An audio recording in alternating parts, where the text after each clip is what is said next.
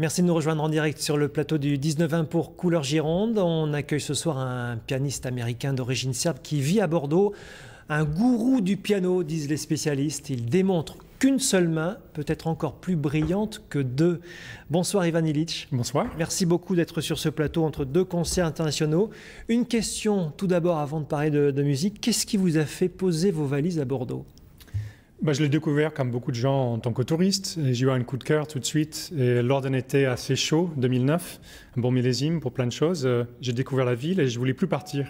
Alors au mois d'octobre, quand j'avais des concerts, une tournée, en fait, j'ai posé ma valise, comme vous dites, et j'ai fait venir mon piano de Paris et je suis resté. On vous voit répéter sur l'un de vos pianos chez vous.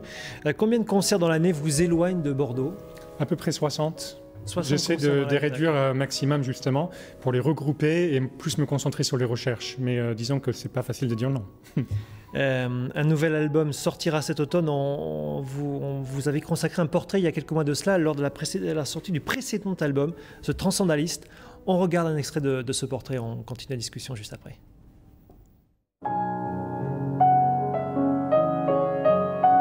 Quand il n'est pas en concert dans le monde entier, Ivan Ilić travaille 6 heures par jour sur l'un de ses pianos, chez lui, à Bordeaux.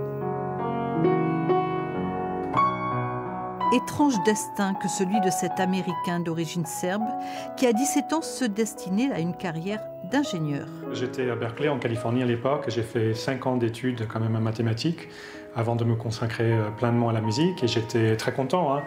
Mais on ne peut pas partager les mathématiques de la même façon. C'est-à-dire qu'on peut comprendre les choses. Ça donne une espèce d'illumination au cerveau qui est très agréable.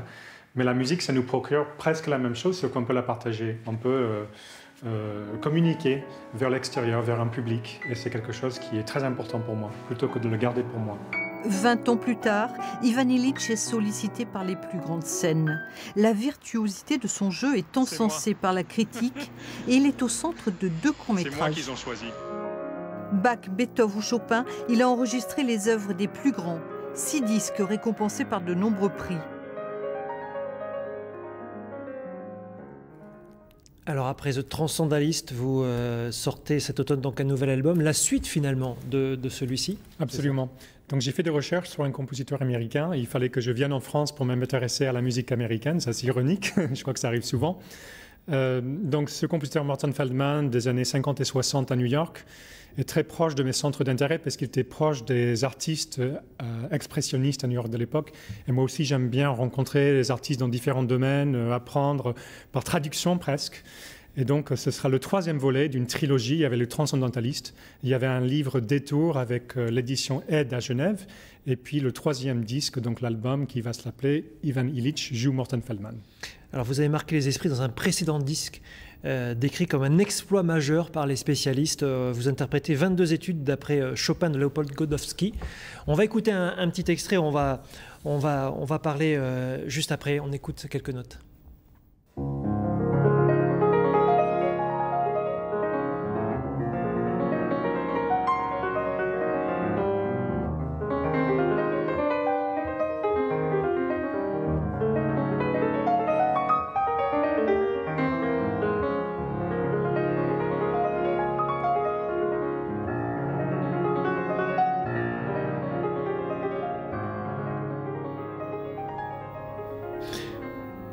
Alors, ces études sont réputées injouables. Vous les jouez d'une seule main, c'est incroyable. Combien d'heures d'entraînement, d'exercice ? Là, c'était exceptionnel, hein. Ça ne m'est jamais arrivé de travailler des morceaux autant. Justement, c'était au moment de mon installation à Bordeaux où je me trouvais plus de temps libre puisque j'étais plus dans le métro, plus dans les rendez-vous, plus dans les soirées. Et j'ai eu ce projet très atypique qui va vers l'extrême de la musique. Et finalement, c'est ce qui m'intéresse, puisque dans le Feldman, c'est la lenteur, c'est tout ce qui est le plus étalé. Et dans Godowski, c'était un défi un peu olympique presque, c'était physique. Le piano, qu'est-ce que vous ressentez en jouant de cet instrument ? Vous y passez 6 heures par jour en dehors des concerts ? Oui. Donc le piano renvoie forcément des vibrations, donc c'est presque quelque chose qui vous touche ou qui vous fait vibrer littéralement. Donc c'est une sensation très agréable. Après c'est difficile parce qu'il faut garder l'équilibre physique. Donc il faut faire très attention à la posture, il faut faire du sport en dehors, il faut marcher, il faut boire de l'eau, il faut faire toutes ces choses. Le travail d'athlète, les heures de répétition, les difficultés ne vous ont jamais dégoûté de l'amour du piano? Non, au contraire, c'est incroyable, ça ne cesse de croître avec les années, c'est assez incroyable. Et vous jouez toujours en solo? Oui, toujours en solo, puisque j'aime avoir cette responsabilité sur mes épaules et aussi maîtriser parfaitement tout ce qui se passe autour de moi. Pour quel compositeur vous avez une préférence? Je dirais que en ce moment c'est Feldman, puisque c'est le projet en cours, et aussi parce que le temps a tendance à s'arrêter dans la salle. Le public se demande ce qui se passe parce que c'est assez mystérieux, c'est abstrait, c'est lent, c'est doux. Et en même temps, il y a une écoute qui se crée dans la salle, qui est très particulière et qui me plaît beaucoup, puisque ça dure des heures en plus, ces morceaux. Se rapprocher finalement le plus possible de l'œuvre originelle, c'est ça que vous recherchez en tant que virtuose?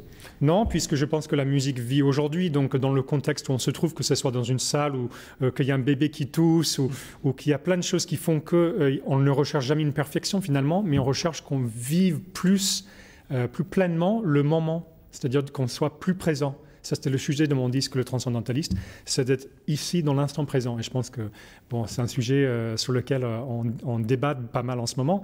On le perd, ça, avec le smartphone, avec Internet. Mais le fait d'être présent, c'est ça qui fait la force du concert. Alors, on le disait, vous avez joué aussi dans des films, 2 courts-métrages, dont Les Mains de Luc Plissoneau. On va en voir quelques extraits. Que vous ont apporté ces expériences cinématographiques? Pour la musique, par exemple?